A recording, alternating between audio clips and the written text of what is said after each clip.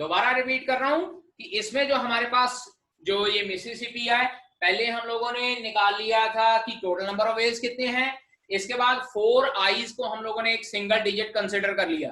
अब अगर single digit consider करते हैं तो टोटल नंबर ऑफ एलिमेंट्स हमारे पास 7 रिमेनिंग थे और एक एलिमेंट हम लोगों ने 4 आईज का कंसिडर कर लिया, वो 8 हो जाएंगे।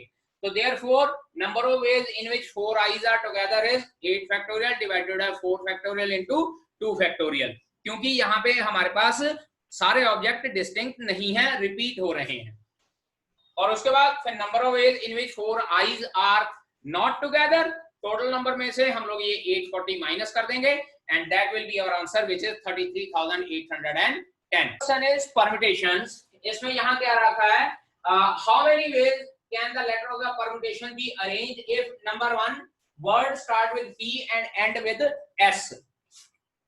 हमारे पास जो वर्ड है वो P से स्टार्ट हो जाए और S से एंड हो जाए। अब यहाँ पे देखिए 1 2 3 4 5 6 7 8 9 10 11 और 12, टोटल मेरे पास 12 लेटर्स हैं। इसमें से पहली पोजीशन P और लास्ट पोजीशन S, अंदर मेरे पास 10 पोजीशन रह जाती हैं, 3 4 5 6 7 8 9 एंड 10, और ये inside 10 position can be filled in 10 factorial divided bye. अब बेटा जी यहाँ पे देखिए एक टी जो है 2 बार रिपीट हो रहा है, तो it's answer will be 10 factorial divided by 2 factorial. ठीक है जी, क्योंकि यहाँ पे t रिपीट हो रहा है तो इसको मैं लिखूंगा 10 फैक्टोरियल डिवाइडेड बाय 2 फैक्टोरियल। ठीक है, अब आप इसको सॉल्व कर लीजिएगा and you will get the required answer, क्योंकि यहाँ पे पहली पोजीशन पे p और दूसरी पोजीशन एंड पोजीशन पे s फिक्स करने को कहा है। नाउ सेकंड क्वेश्चन इज सारे वॉवल्स टुगेदर होने चाहिए। अब अगर वॉवल की बात करें बेटा जी, देखिए यहाँ पे एक वॉवल ये है, दूसरा, तीसरा, चौथा और पांचवा, 5 वॉवल है मेरे पास। 5 वॉवल्स शुड बी टुगेदर।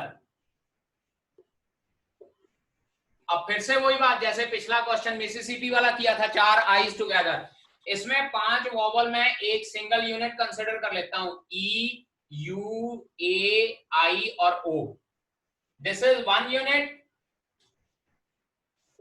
और रिमेनिंग मेरे पास है 7, रिमेनिंग 7। तो अब टोटल नंबर ऑफ वेज कितने हो जाएंगे, total number of ways will be equals to 8 factorial, क्योंकि 7 ये हो गए और 8वां ये हो गया, डिवाइडेड बाय पुत्र जी जो ये 7 है इसमें फिर से वही बात p रिपीट हो रहा है, तो इसको मैं लिख दूंगा 2 factorial, 8 factorial divided by 2 factorial. अब यहाँ पे एक और थोड़ा सा प्रॉब्लम है, इसके साथ मुझे 5p5 से मल्टीप्लाई भी करना पड़ेगा। अब ये 5p5 से मैं मल्टीप्लाई क्यों कर रहा हूं बेटा जी, ध्यान दीजिए, मेरे पास जो ये 5 वॉवल्स थे, these 5 vowels again can arrange themselves। कहीं ये तो नहीं कहा कि सिर्फ इसी ऑर्डर में अरेंज होने चाहिए। पिछले क्वेश्चन में मैंने 4p4 क्यों नहीं किया था, क्योंकि मेरे पास एक ही नंबर था i, और चाहे पहले i को लिखूं चाहे दूसरे i को लिखूं, अल्टीमेटली तो वही रहनी है अरेंजमेंट, इसीलिए वहां पे मल्टीप्लाई नहीं किया।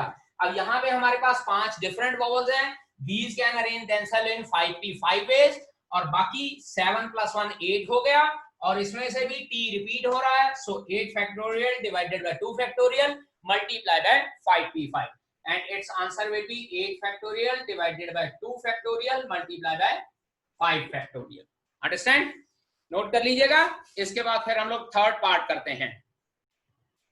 अगेन पहली पोजीशन 6 पोजीशन यूज की जा सकती है p और s से, सेकंड 7, थर्ड 8, फोर्थ 9 वगैरह वगैरह, लेकिन जरूरी नहीं कि पहली पोजीशन पे p आए और 6 पोजीशन पे s आए, they can interchange their position also. So इसका मतलब 7 केसेस वो हैं जिसमें p पहले नंबर पे है और s बाद में है, 7 केसेस वो हैं जिसमें s पहले नंबर पे है और p बाद में है, तो टोटल नंबर ऑफ केसेस हो जाएंगे 14। अब 12 डिजिट थे परम्यूटेशंस के, 2 यूज हो गए, remaining 10 can arrange themselves in 10 factorial over 2 factorial veg, क्योंकि t रिपीट हो रहा है इसलिए 2 फैक्टोरियल से डिवाइड किया, और टोटल नंबर ऑफ वेज हमारे पास क्या आ जाएंगे 10 factorial divided by 2 factorial multiply by 14। और इसको सॉल्व कर लीजिएगा बेटा जी, you will get your resultant answer. ठीक है जी। सो बेटा जी that's all from my side, understand? Okay बेटा, I am going to end this meeting. Thank you.